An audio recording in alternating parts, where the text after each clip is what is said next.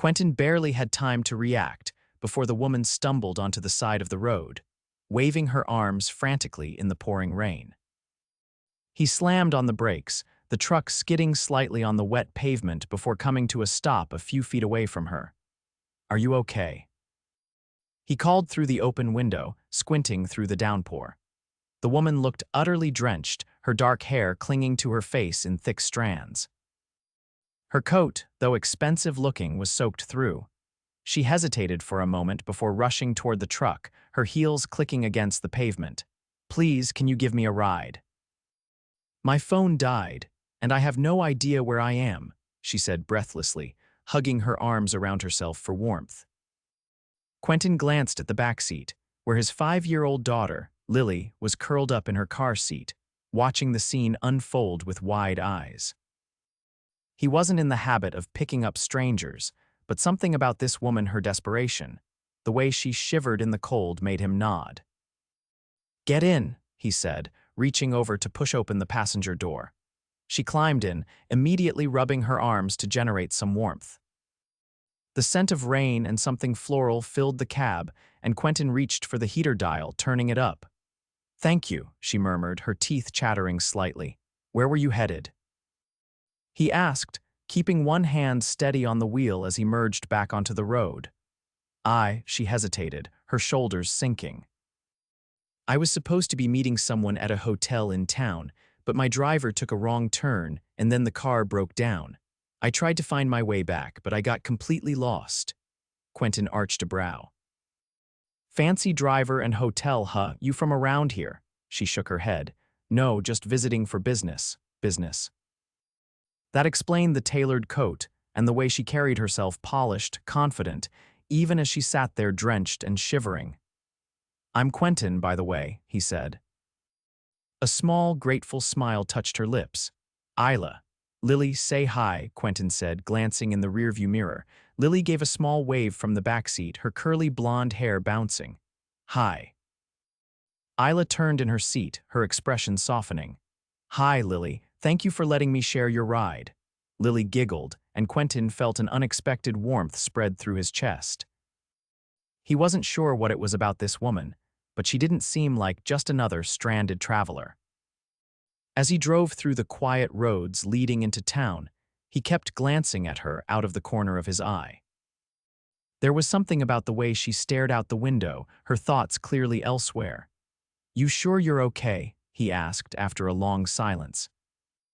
She exhaled, her fingers tightening around the hem of her coat. "Yeah, just a long day."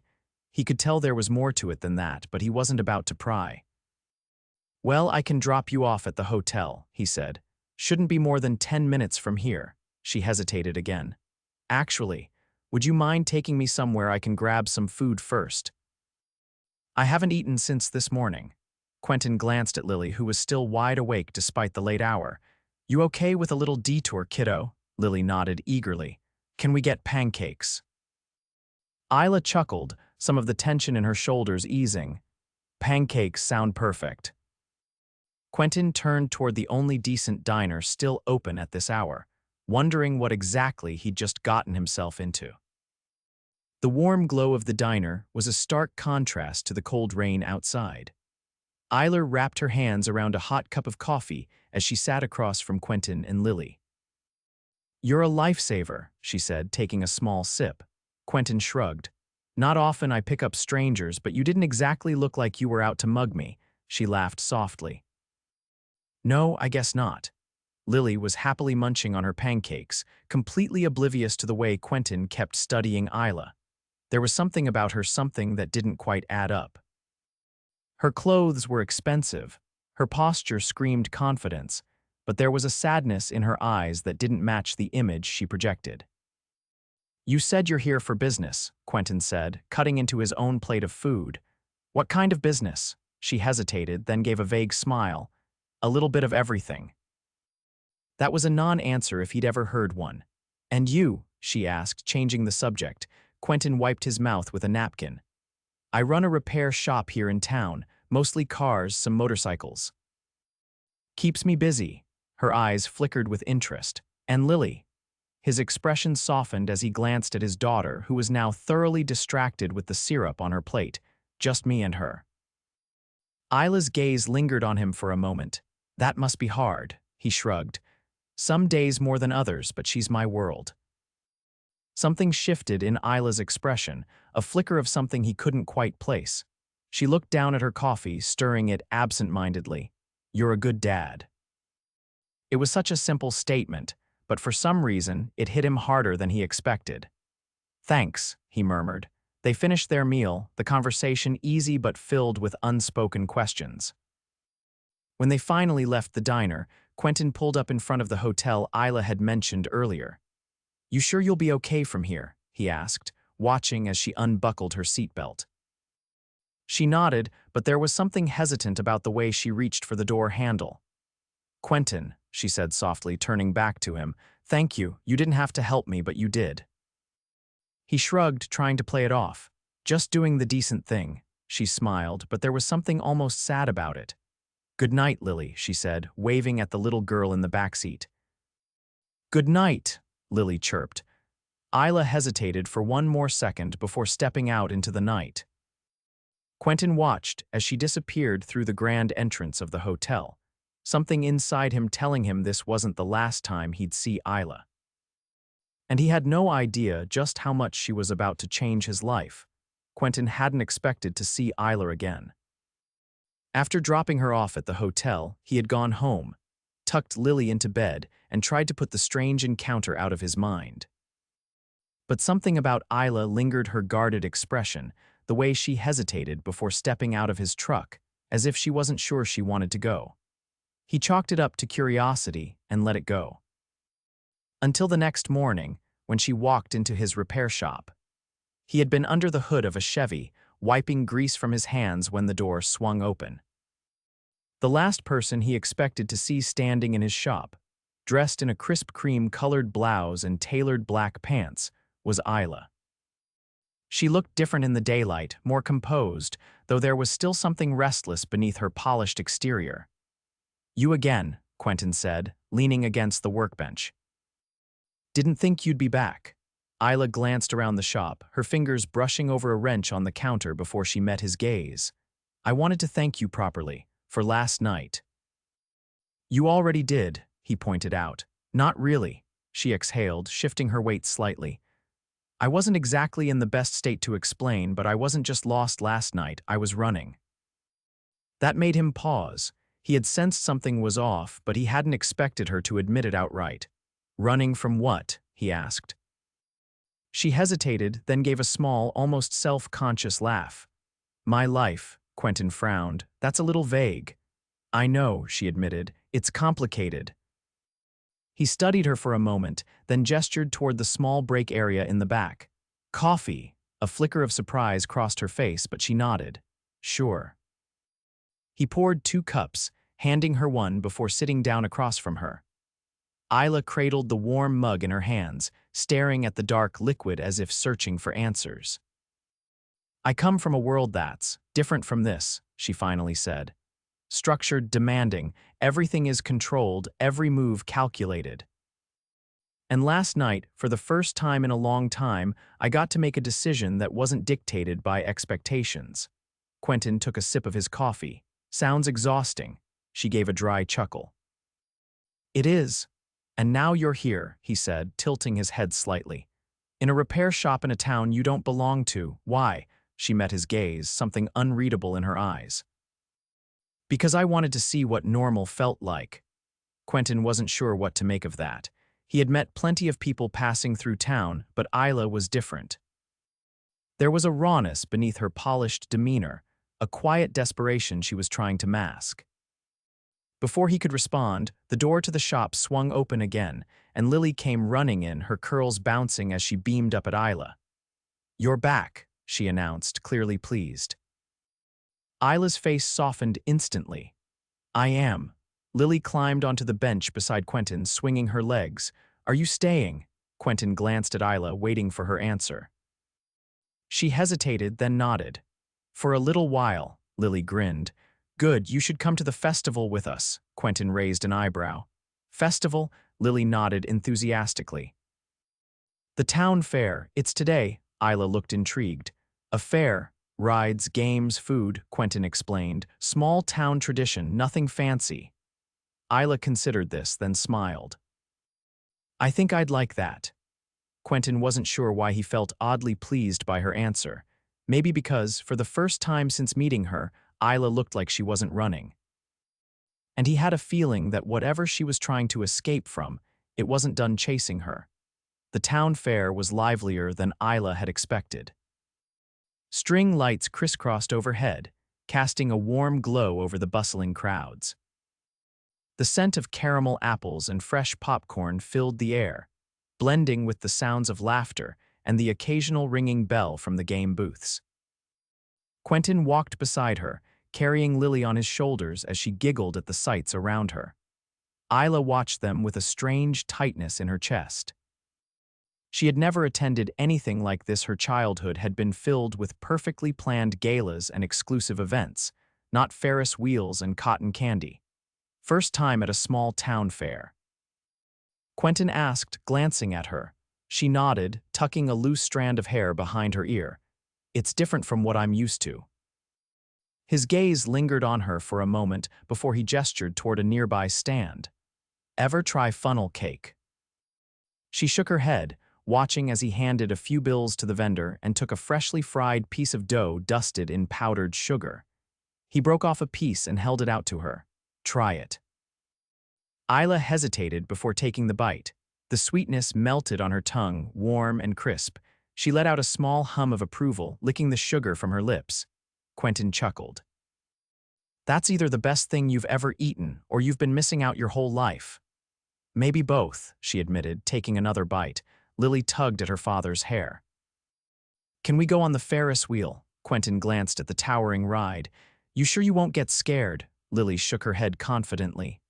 I'm brave, he turned to Isla. You up for it? She wasn't sure. Heights had never been an issue for her, but something about this night, about sharing it with them, felt more significant than she had anticipated. Still, she nodded. The three of them climbed into the carriage, Lily nestled between them. As the ride lifted them higher, the fairgrounds stretched out beneath them, glowing like a sea of twinkling lights. Isla exhaled slowly, letting the view wash over her. It's beautiful. Quentin leaned back, one arm resting casually along the back of the seat. Yeah, it is. She turned to find him watching her instead of the view. Something in his gaze unsettled her, not in a bad way, but in a way that made her chest tighten. You don't talk much about yourself, he observed. She looked away, watching the lights below. There's not much to say. I doubt that. Lily reached for Isla's hand, gripping it in her small fingers. You should stay. Isla blinked, caught off guard. What? You should stay here, Lily repeated, her voice innocent but firm. Daddy likes you. Quentin let out a short laugh, shaking his head. Lily, it's true, Lily insisted. Isla felt something inside her twist. She had spent years in a world where every interaction was calculated, where people only spoke in careful, measured words. But Lily was pure honesty. She smiled, squeezing the little girl's hand. I like you too. Quentin's expression softened, but before he could say anything, the Ferris wheel jolted to a stop at the top, leaving them suspended in the air. Isla let out a breath, suddenly hyper-aware of the warmth of Quentin's arm behind her, the way his presence felt solid beside her. You running from something? He asked quietly. She turned to him, her throat tightening. Yes, Quentin didn't press. He just nodded as if that answer was enough for now. The ride started moving again, but Isla had the sinking feeling that, for the first time in her life, she wasn't sure if she wanted to keep running. The scent of pine lingered in the crisp evening air as Quentin drove Isla back to his house. The fair had left Lily exhausted, her small body curled up in the backseat, fast asleep. The soft sound of her steady breathing filled the truck cab, blending with the gentle hum of the engine. Isla sat beside him, quiet but not distant. Something had shifted between them tonight, something unspoken but undeniable. Quentin could feel it in the way she glanced at him when she thought he wasn't looking, the way her fingers traced the hem of her sleeve, as if she were working through a decision too big to put into words.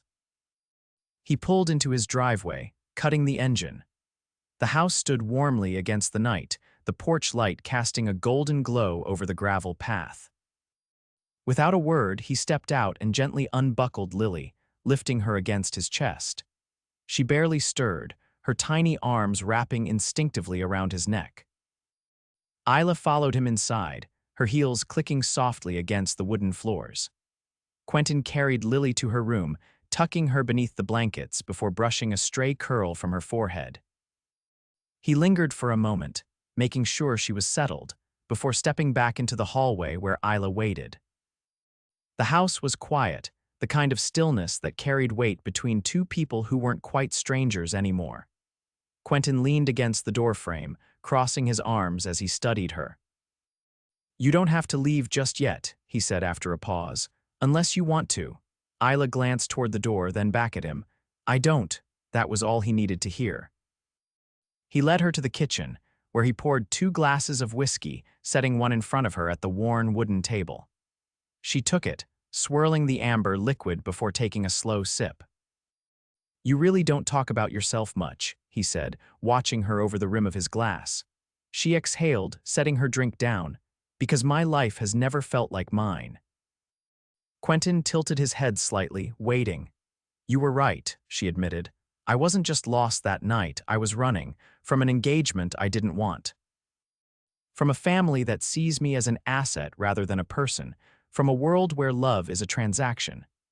Quentin remained silent, letting her speak at her own pace. "I was supposed to marry a man chosen for me, a merger, really. A partnership designed to strengthen business ties," she continued, the bitterness in her voice barely masked. "I never had a say. I was raised to accept it, but when the moment came, I couldn't do it." Quentin set his glass down. "So you left," she nodded. "I walked away from a life built for me without knowing where I was going, and somehow I ended up here." There was something almost fragile in the way she said it, as if admitting it out loud made it more real. Quentin let the words sink in before speaking. "That life may have been built for you," he said, "but that doesn't mean you have to live in it." She looked at him, something flickering in her gaze, something raw and vulnerable. "You make it sound so simple." He leaned forward slightly, his voice steady. "It is. You choose what makes you happy and you fight for it." Isla let out a quiet breath, her fingers tightening around her glass. "And what if I don't know what that is yet?" Quentin held her gaze. "Then you stay until you figure it out." The air between them shifted, something deep and unspoken settling in the space between their words. Isla looked at him as if seeing him in a new light, as if realizing that, for the first time in her life, she wasn't being told what to do, she was being given a choice. And she wanted to choose this. Before she could second-guess herself, she leaned forward, closing the distance between them. Quentin met her halfway, his lips brushing against hers, slow and deliberate. The kiss was a question, an answer, and a promise all at once. When they parted, Isla exhaled, her forehead resting against his. "I don't want to run anymore." Quentin smoothed a hand over her cheek, his thumb tracing the edge of her jaw. "Then don't." And just like that, the life she thought she had to escape from no longer mattered. Because for the first time, she wasn't lost. She was exactly where she was meant to be. The next morning, the sky was painted in soft hues of pink and gold as Isla stepped onto Quentin's porch, inhaling the crisp scent of pine and morning dew. The world felt different in the quiet of dawn, and for the first time in years, she wasn't waking up to a rigid schedule or an inbox full of expectations. She had slept in the guest room, the space simple but warm, and when she had woken up to the sound of birds outside the window, she had realized something startling: she wasn't in a rush to leave. Quentin emerged from the side of the house, a wrench in hand, his shirt already streaked with grease. He glanced up at her, his expression unreadable for a moment before a slow warmth settled in his gaze. "Morning," he said. Isla leaned against the railing. "You're already working." "Always something that needs fixing," he replied, wiping his hands on a rag. "Figured I'd get a head start before Lily wakes up." She watched him, the way his movements were steady and sure. "You like it, don't you, working with your hands?" Quentin shrugged, setting the wrench down. "It's honest. You put in the effort, you see the results. Not a lot of things in life work that way." She considered that. Her world had never been about effort, it had been about perception, about power passed down in boardrooms and contracts. "I wouldn't know," she admitted. "I've never built anything for myself." He studied her for a long moment. "Maybe it's time you did." The thought unsettled her, not because she didn't want it, but because she had never let herself imagine what her life could be outside of the expectations she had been born into. Before she could respond, the sound of small footsteps pattering across the porch made her turn. Lily appeared, still in her pajamas, rubbing the sleep from her eyes. "You stayed," she said, her voice groggy but pleased. Isla smiled. "I did." Lily climbed onto the porch swing, curling her legs beneath her as she looked between them. "Are you staying forever?" Isla's breath caught at the innocent question. Quentin let out a quiet chuckle, ruffling his daughter's hair. "Let's start with breakfast first, huh?" Lily giggled, but Isla could feel Quentin's gaze on her as they walked inside. He wasn't pushing for an answer, but the unspoken question lingered between them. And the truth was, she didn't know the answer yet. But for the first time, she wanted to find out. Later that afternoon, they drove into town, the streets lined with small shops and familiar faces waving at Quentin as they passed. Isla noticed how easily he fit into this world, how natural he seemed here. They stopped at a cafe where the scent of fresh bread and coffee filled the air. Quentin knew the owner, an older woman with a warm smile who greeted Lily with a cookie and Isla with a curious glance. "You're new around here," the woman remarked. Isla nodded. "Just visiting." Quentin glanced at her, but didn't correct the statement. As they sat by the window, Isla watched the rhythm of the town, the way people moved, how they stopped to talk instead of rushing from one obligation to the next. "You're thinking about something," Quentin observed. She traced the rim of her cup. "I don't know how to be part of this. A life like this." She met his gaze. "I've only ever known a world where everything is controlled. Where decisions aren't made, they're assigned. I don't even know where to start." Quentin leaned back, his expression thoughtful. "Life isn't about knowing all the answers, Isla. It's about figuring them out as you go." She exhaled, letting his words settle. "And what if I get it wrong?" His lips curved slightly. "Then you try again." It was such a simple concept, but to Isla, it felt revolutionary. As they walked back to the truck, Quentin stopped at a small boutique, glancing at the window display. "You ever worked a day in your life?" She blinked at the unexpected question. "Not in the way you mean." He nodded toward the shop. "Maybe it's time to start." She laughed softly. "You want me to get a job?" Quentin shrugged. "Why not? See what it's like to do something for yourself." It was ridiculous. She had never needed to work a day in her life. And yet, the idea intrigued her. Before she could talk herself out of it, she stepped inside. The owner, a middle-aged woman with kind eyes, greeted them warmly. "How can I help you?" Isla hesitated, then glanced at Quentin, who simply raised an eyebrow, waiting. "I was wondering if you were hiring," she said before she could overthink it. The woman looked her over, surprised but not unkindly. "Do you have experience?" "Not the kind you're looking for," Isla admitted. The woman chuckled. "Honest answer. We could use some extra hands with inventory. Pay isn't much, but it's steady work." Isla glanced at Quentin again, then back at the woman. "I'd like to try." And just like that, she had taken the first step towards something she had never imagined for herself. Quentin didn't say anything as they left the shop, but there was something almost proud in his expression. "You're really doing this," he said as they climbed into the truck. Isla smiled, a real, unguarded smile. "I guess I am." And for the first time, she wasn't running from something, she was running toward it. The bell above the boutique door chimed as Isla stepped inside, inhaling the scent of fresh linen and lavender.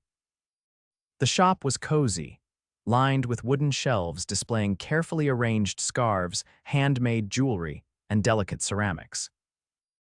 A warm glow came from the soft lighting, casting shadows against the rustic brick walls. The boutique owner, Evelyn, looked up from behind the counter with a curious expression. "Didn't think I'd see you back so soon," she said, folding a silk scarf. Isla offered a small, determined smile. "I meant what I said yesterday. I want to try." Evelyn studied her for a moment before nodding. "All right then, let's get you started." She led Isla to the back storage room, where neatly stacked boxes lined the walls. "We just got a new shipment in. Unpacking and organizing is half the job. Think you can handle it?" Isla rolled up her sleeves, glancing at the labels. "I'll figure it out." As she worked, she realized how foreign yet satisfying the task felt. She wasn't signing contracts or attending sterile board meetings. She was doing something small but tangible, arranging items with care, learning how things fit together in a space she had never belonged to before. Hours passed, and by the time she emerged from the back room, she had smudges of dust on her hands and a newfound sense of accomplishment. Evelyn handed her a glass of water, a hint of approval in her eyes. "Not bad for your first day," she admitted. Isla took the glass, feeling an unexpected surge of pride. "I think I liked it." Evelyn's gaze softened. "Then come back tomorrow."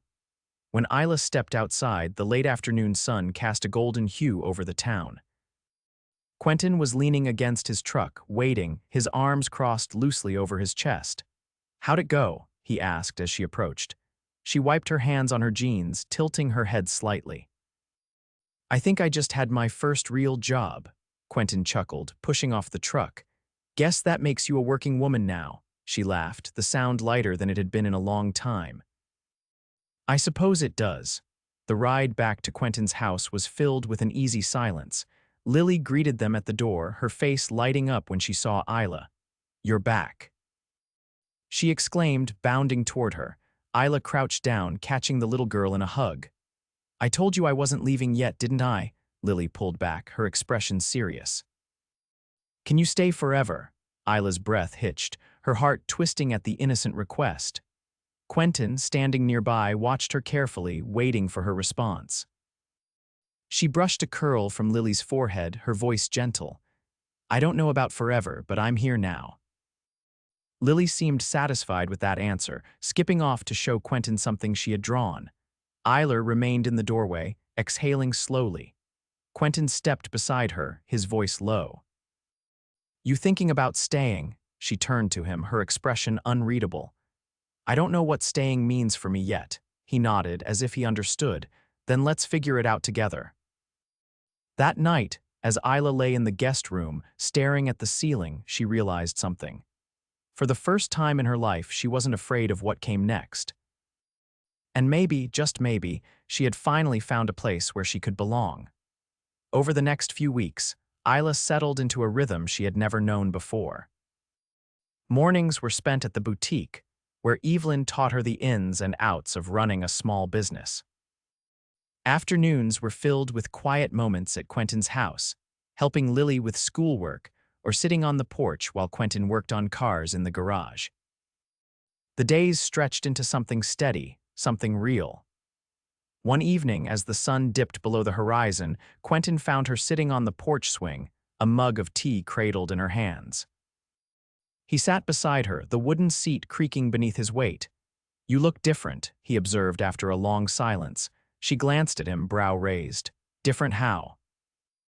"More at ease," he said simply. "Like you're not carrying the weight of the world anymore." She considered that, her fingers tightening around the mug. "Maybe because for the first time I'm not." Quentin reached for her hand, his touch warm and steady. "You don't have to go back, Isla. Whatever life you left behind, it doesn't have to be your future." She turned her hand in his, lacing their fingers together. "And if I stay," his thumb brushed over her skin, slow and deliberate, "then we make something real out of this." The words settled deep within her, anchoring her in a way that nothing else ever had. That night, as they sat beneath the stars, Isla knew she had made her choice. She wasn't going back. She was home.